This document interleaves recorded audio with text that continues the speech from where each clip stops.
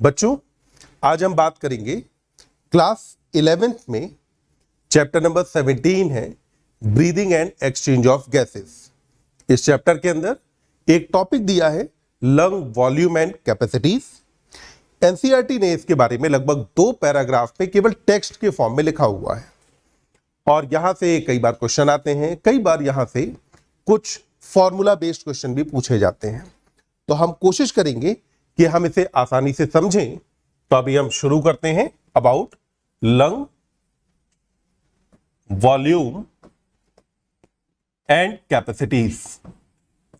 जब आप lung volume and capacities की बात करते हैं तो बेटा इसे मेजर करने के लिए हम एक एपरेटस यूज करते हैं and the apparatus used here is called as spirometer.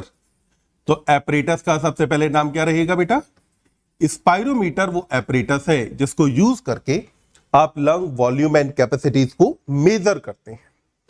अब इसके बाद अपने पास जो इसकी रिपोर्ट आती है, इस रिपोर्ट को कहा जाता है स्पाइरोग्राम। तो अब ये वॉल्यूम एंड कैपेसिटीज आप कैसे मेजर करते हैं, क्या क्या चीजें इसके अंदर हैं, वो हम समझते हैं। तो आप देखिए, मैं कुछ कुछ चीजें बताऊंगा, आपको साथ के साथ उन्हें रेसिप्रोकेट करना है, यानी कि आपको करते जाना है। तो मैंने कहा कि यहां पर ये जो अपना पूरा बोर्ड है, ये बोर्ड हम मान लेते हैं कि हमारा एक ग्राफ पेपर है और इस ग्राफ पेपर पे हमें लाइनें खींचनी है। तो सबसे पहले हमने क्या किया? नॉर्मल एक्सेलेरेशन किया। तो एक बार नॉर्मल एक्सेलेरेशन करें। अब आपके लंग्स में जितना वॉल्यूम ऑफ एयर मौजूद है उस वॉल्यूम ऑफ एयर को मैंने यहां पर एक लाइन से रिप्रेजेंट कर दिया। तो ये बेटा मैंने जो लाइन ली है, ये लाइन आपकी कब की है? ये आपके लंग्स के अंदर एयर का वॉल्यूम है जब आप क्या कर चुके हैं? नॉर्मल एक्सेलेरेशन कर चुके हैं। वहीं पर अब क्या करेंगे हम? नॉर्मल इनहेलेशन करो जरा। तो नॉर्मल इनहेलेशन करेंगे तो हमने कुछ वॉल्यूम ऑफ एयर इनहेल किया, यानी कि हमारे लंग्स में वॉल्यूम ऑफ एयर बढ़ गया ना। जब वॉल्यूम ऑफ एयर बढ़ा तो इसका मतलब हुआ कि अगली जो लाइन आनी चाहिए वो नॉर्मल एक्सेलेरेशन वाली लाइन के ऊपर की तरफ आनी चाहिए। क्योंकि हम बात कर चुके हैं कि हम ऊपर की तरफ बढ़ेंगे तो इसका मतलब है कि लंग्स के अंदर एयर का वॉल्यूम बढ़ रहा है। तो जो अगली लाइन हमारी आई, ये लाइन आ गई नॉर्मल इनहेलेशन की लाइन आ गई। नॉर्मल इनहेलेशन के बाद अब बच्चों जरा एक बार नॉर्मल इनहेल करो और फिर फोर्सफुल इनहेलेशन करते हैं। तो जब फोर्सफुल इनहेलेशन किया, यानी कि लंबी गहरी सांस ली, तो हमने कुछ एडिशनल वॉल्यूम ऑफ एयर और इनहेल किया। तो जो एडिशनल वॉल्यूम ऑफ एयर हमने इनहेल किया, उसके बाद हमारे लंग्स में जो एयर का वॉल्यूम है वो आ गया यहां पर, यानी कि ये लाइन हो गई अपनी फोर्सफुल इनहेलेशन की लाइन है। अब इधर आते हैं नॉर्मल एक्सेलेरेशन के बाद। अब हमें क्या करना है कि एक बारी नॉर्मल एक्सेलेरेशन करें और फिर उसके बाद हम जरा फोर्सफुल एक्सेलेरेशन करेंगे। जब फोर्सफुल एक्सेलेरेशन किया तो अब क्या हुआ? कुछ और वॉल्यूम ऑफ एयर हमारे लंग से बाहर गया। तो इसका मतलब हुआ फोर्सफुल एक्सेलेरेशन की जो लाइन है, ये लाइन कहां आनी चाहिए? नॉर्मल एक्सेलेरेशन से नीचे की तरफ आनी चाहिए, यानी कि ये लाइन हो गई बेटा अपनी फोर्सफुल एक्सेलेरेशन की लाइन है। अब आप सोच के बताइए मुझे, क्या हम नॉर्मल या फोर्सफुल एक्सेलेरेशन करके कैसे भी क्या हम अपने लंग्स के अंदर एयर का वॉल्यूम जीरो कर सकते हैं? नहीं, हम अपने लंग्स में एयर का वॉल्यूम जीरो नहीं कर सकते। तो अब मैं एक हाइपोथेटिकली मान लेता हूं कि ये हमारे ग्राफ की शुरुआत है, यानी कि जहां पर हमारे लंग्स में एयर का वॉल्यूम कितना हुआ? जीरो। तो सबसे पहले मैंने यहां पर बेटा कितनी लाइन बनाई है? 5। पहली लाइन किसकी है? जब लंग्स के अंदर वॉल्यूम जीरो है। दूसरी लाइन जब हमने फोर्सफुल एक्सेलेरेशन कर दिया। अगली लाइन जब हमने नॉर्मल एक्सेलेरेशन किया। उसके ऊपर की लाइन जब हमने नॉर्मल इनहेलेशन किया। और सबसे ऊपर वाली लाइन जब हमने फोर्सफुल इनहेलेशन किया है तब की है। तो हमारे पास ये टोटल 5 लाइन है यहां पर। अब आप देखते जाएं, हम पहले बात करेंगे वॉल्यूम्स के बारे में कि वॉल्यूम्स यहां पर कौन कौन से होते हैं। तो बच्चों यहां पर नॉर्मल इनहेलेशन और नॉर्मल एक्सेलेरेशन के बीच आप जितना वॉल्यूम ऑफ एयर इनहेल या एक्सहेल करते हैं, नॉर्मल इनहेलेशन या नॉर्मल एक्सेलेरेशन के दौरान आपने जितना वॉल्यूम ऑफ एयर इनहेल किया या एक्सहेल किया उसको हम नाम देते हैं टाइडल वॉल्यूम। क्या कहा जाता है इसको? टाइडल वॉल्यूम नाम दिया जाता है और इसकी वैल्यू होती है बेटा 500 ml। वैल्यू कितनी रहेगी? 500 ml। तो टाइडल वॉल्यूम की वैल्यू कितनी हुई? 500 ml, यानी कि हम एक बार में 500 ml ऑफ एयर इनहेल करते हैं और 500 ml ऑफ एयर ही अब एक्सहेल कर रहे होते हैं। तो इसको हमने कहा टाइडल वॉल्यूम। अब ये टाइडल वॉल्यूम को अगर मैं लेकर के बेटा मल्टीप्लाई कर दूं ब्रीदिंग रेट से, टाइडल वॉल्यूम को मैंने मल्टीप्लाई किसके साथ किया है? ब्रीदिंग रेट से मैंने मल्टीप्लाई किया। तो अगर मैं मल्टीप्लाई करूंगा तो मुझे पता चल जाएगा कि हम 1 मिनट में कितना वॉल्यूम ऑफ एयर इनहेल या एक्सहेल करते हैं। तो देखिए टाइडल वॉल्यूम की वैल्यू आपको पता है कि 500 ml है। ब्रीदिंग रेट आप जानते हैं 12 to 16 पर मिनट होती है। अगर आप दोनों को मल्टीप्लाई करेंगे तो यह आ जाता है 6 लीटर से लेकर के 8 लीटर पर मिनट के बीच। और इसे बच्चों हम नाम देते हैं मिनट वॉल्यूम। क्या कहा जाता है? मिनट वॉल्यूम नाम दिया जाता है। नाउ नॉर्मल इनहेलेशन के बाद जब हमने फोर्सफुल इनहेलेशन किया तो हमने एडिशनली इतना वॉल्यूम ऑफ एयर और इनहेल किया। तो आप फिर से देखिए, जब मैंने नॉर्मल इनहेलेशन के बाद फोर्सफुल इनहेलेशन किया तो मैंने इतना volume of air additionally inhale किया। इसको कहा जाता है इंस्पायरेटरी रिजर्व वॉल्यूम कहा जाता है। और इंस्पायरेटरी रिजर्व वॉल्यूम की वैल्यू होती है कि यह हो जाएगा बेटा आपका 2.5 से लेकर के 3 लीटर के बीच। तो बिटवीन 2.5 to 3 लीटर ये वैल्यू किसकी हो गई? आईआरवी की वैल्यू हो गई।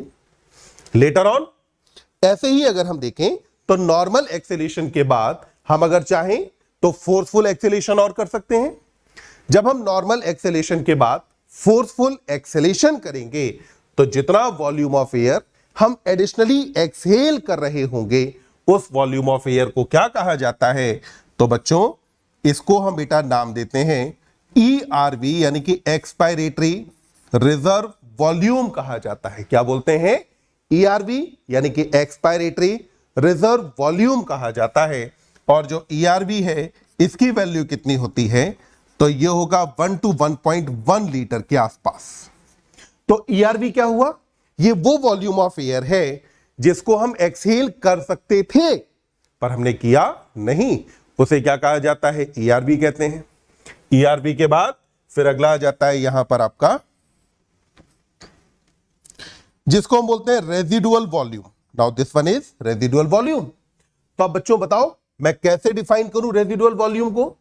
तो मैं कहूंगा कि फोर्सफुल एक्सेलेरेशन के बाद भी हमारे लंग्स में कुछ वॉल्यूम ऑफ एयर रह जाती है। जो वॉल्यूम ऑफ एयर यहां रह जाता है उसको अपन क्या बोलते हैं? रेजिडुअल वॉल्यूम कहते हैं।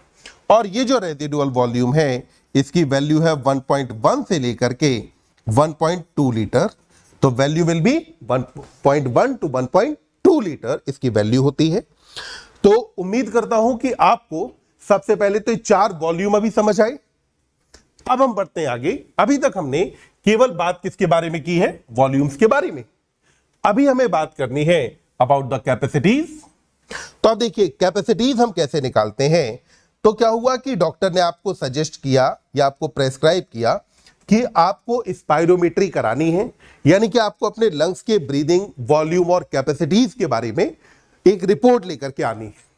तो अब क्या हुआ, आप पहुंचे और स्पायरोमेट्री करने वाला जो अटेंडेंट है वो अब आपको कुछ इंस्ट्रक्शंस देगा। उन इंस्ट्रक्शंस के अकॉर्डिंग आपको काम करना है। यानी कि उसने आपसे कहा कि नॉर्मली एक्सहेल करें, फिर कहा नॉर्मल इनहेलेशन करो, फिर कहा नॉर्मल एक्सहेलेशन और फिर कहा नॉर्मल इनहेलेशन। तो अब देखिए हम जब भी इनहेल कर रहे हैं तो ग्राफ जा रहा है ऊपर, जब हम एक्सहेल कर रहे हैं तो ग्राफ आ रहा है नीचे। अब फिर से उसने कहा कि नॉर्मली एक्सहेल कीजिए, फिर कहा कि फोर्सफुल इनहेलेशन करो और फिर बोला नॉर्मल एक्सहेलेशन करो, फिर बोला आपको कि नॉर्मल इनहेलेशन करो एंड देन बोला फोर्सफुल एक्सहेलेशन करो, फिर बोला नॉर्मल इनहेलेशन, फिर बोला आपको नॉर्मल एक्सहेलेशन।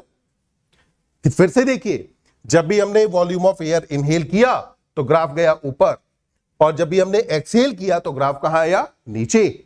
फिर आपको बोला कि अब आप फोर्सफुल इनहेलेशन करो और फिर बोला फोर्सफुल एक्सहेलेशन करो। फिर कहा नॉर्मल इनहेलेशन करो और फिर आपको बोला कि नॉर्मल एक्सहेलेशन करो। तो इस तरीके से हमारे पास यहां पे कुछ एक वैल्यूज आई। अब ये वैल्यूज कौन कौन सी हैं, इनको जरा हम एक बार समझ लेते हैं कि क्या क्या कहा जाता है इन्हें। तो यहां पर आप देखिए, जब आप दो या उससे ज्यादा वॉल्यूम्स को एक साथ कंबाइन करते हैं तो दो या उससे ज्यादा वॉल्यूम्स को कंबाइन करने पर आपको मिलती है कैपेसिटी। सबसे पहली जिस कैपेसिटी के बारे में हम यहां बात करने वाले हैं वो होती है इंस्पायरेटरी कैपेसिटी, और यह है यहां से लेकर के यहां तक।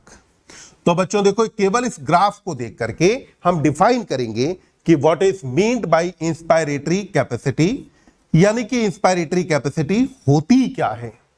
तो मैं कहूंगा कि नॉर्मल एक्सेलेरेशन के बाद फोर्सफुल इनहेलेशन में जितना वॉल्यूम ऑफ एयर हम इनहेल करते हैं उसे क्या कहा जाएगा, इंस्पायरेटरी कैपेसिटी कहा जाएगा।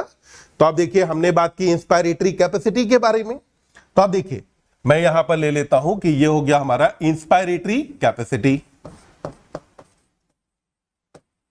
और इंस्पायरेटरी कैपेसिटी के लिए अगर मैं देखूं कि बेटा फॉर्मूला क्या होगा या ये क्या होगी, तो अपन क्या कहेंगे कि it will be IRV plus TV. तो इंस्पायरेटरी रिजर्व वॉल्यूम और टाइडल वॉल्यूम का जो कॉम्बिनेशन है उसको हम नाम क्या देंगे, इंस्पायरेटरी कैपेसिटी कहेंगे।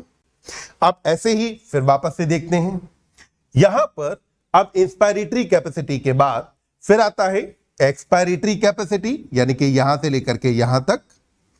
तो ईसी या एक्सपायरेटरी कैपेसिटी का मतलब क्या हुआ, तो पहले की तरह हम फिर से डिफाइन करेंगे।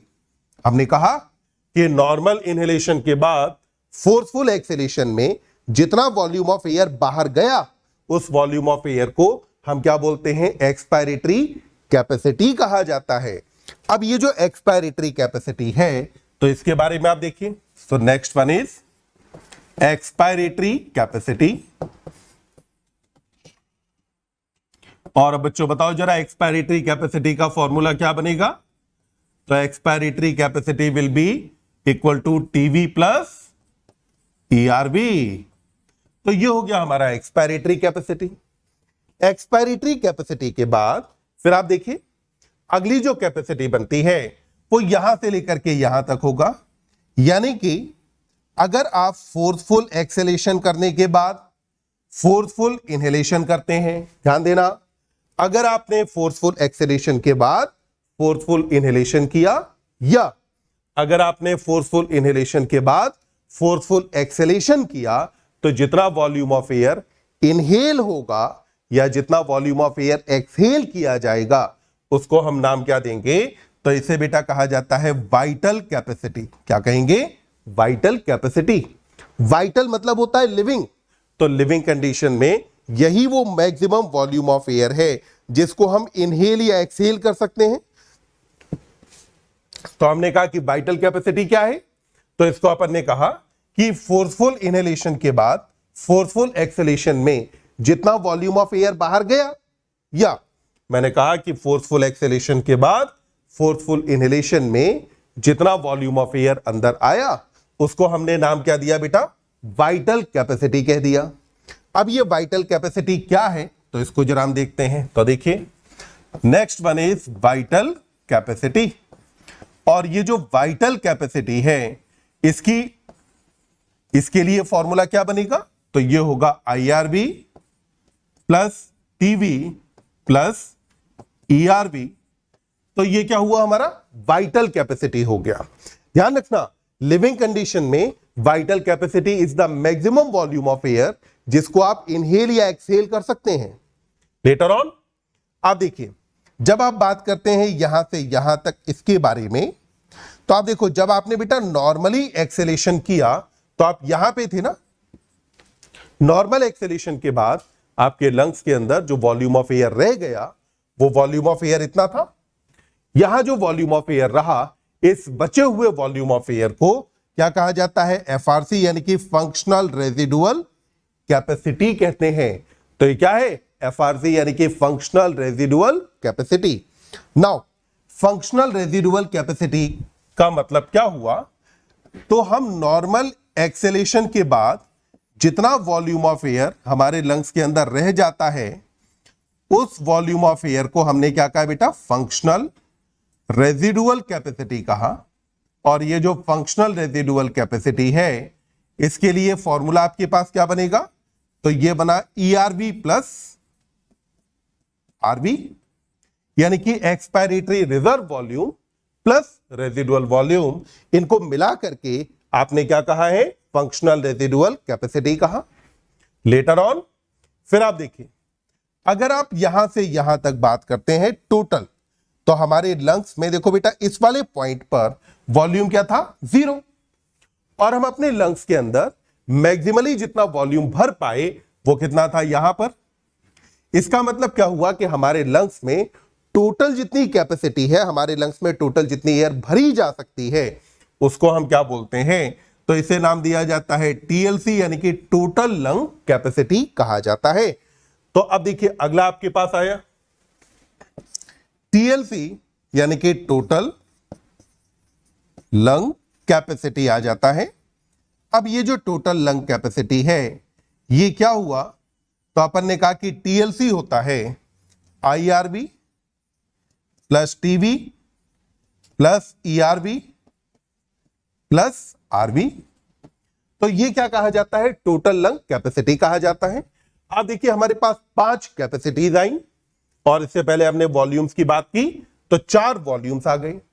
अगर बच्चों मुझे ग्राफ याद है तो मुझे इनमें से किसी भी चीज की डेफिनेशन याद करने की जरूरत नहीं है, मुझे सिर्फ यहां के वॉल्यूम्स याद करने हैं। मुझे किसी भी कैपेसिटी की वैल्यू याद करने की जरूरत नहीं है, किसी भी कैपेसिटी का फॉर्मूला याद करने की जरूरत नहीं है। आप एक बात को समझना, अगर मान लेते हैं कि एग्जाम में क्वेश्चन आता है और क्वेश्चन के अंदर कहा जाता है कि इंस्पायरेटरी कैपेसिटी क्या है, एक ऑप्शन है आपका IRB प्लस TV, वहीं पर मान लेते हैं कि दूसरा एक ऑप्शन यह भी तो हो सकता है कि वाइटल कैपेसिटी माइनस ERB। आप देखिए अगर आप वाइटल कैपेसिटी में से ERB को अगर आप माइनस करते हैं, ये वाइटल कैपेसिटी माइनस क्या किया, इसमें से ERB को आपने माइनस किया, तो आपके पास क्या आया, आया तो इंस्पायरेटरी कैपेसिटी ही ना, यानी कि फॉर्मूला ये भी सही है। ऐसे ही अगर हम बात करें, मान लेते हैं कि हमसे कहा जाता है कि TLC क्या है, तो TLC को अगर हम देखें तो अभी TLC के लिए हमने फॉर्मूला पढ़ा कि ये IRB plus TV plus ERB plus RB होती है। अगर मैं कहूं कि TLC vital capacity plus RB होती है तो गलत तो ये भी नहीं है ना, सही है। मैंने यहां सिर्फ आपको एक एग्जांपल से बताया कि इनमें से अगर मैं हर किसी के लिए चाहूं तो मैं आराम से 3-3, 4-4 फॉर्मूले बना सकता हूं, रादर फॉर्मूले बनते हैं इनके लिए। तो अब अपने पास ऑप्शन है 2, या तो हम सारे फॉर्मूले याद करें, सारी हम थ्योरी याद करें, या फिर दूसरा ऑप्शन ये है कि हम सिंपली इस ग्राफ को याद कर लें। ये ग्राफ हम एक बार अच्छे से समझ लें, और ध्यान रखना ये ग्राफ केवल वीडियो देख के समझ नहीं आएगा। जब तक आप इस ग्राफ के लिए पेन और पेपर लेकर के नहीं बैठेंगे, आप जब तक इसे खुद नहीं बनाएंगे, तब तक आप तय मान लीजिए कि आपको समझ नहीं आएगा।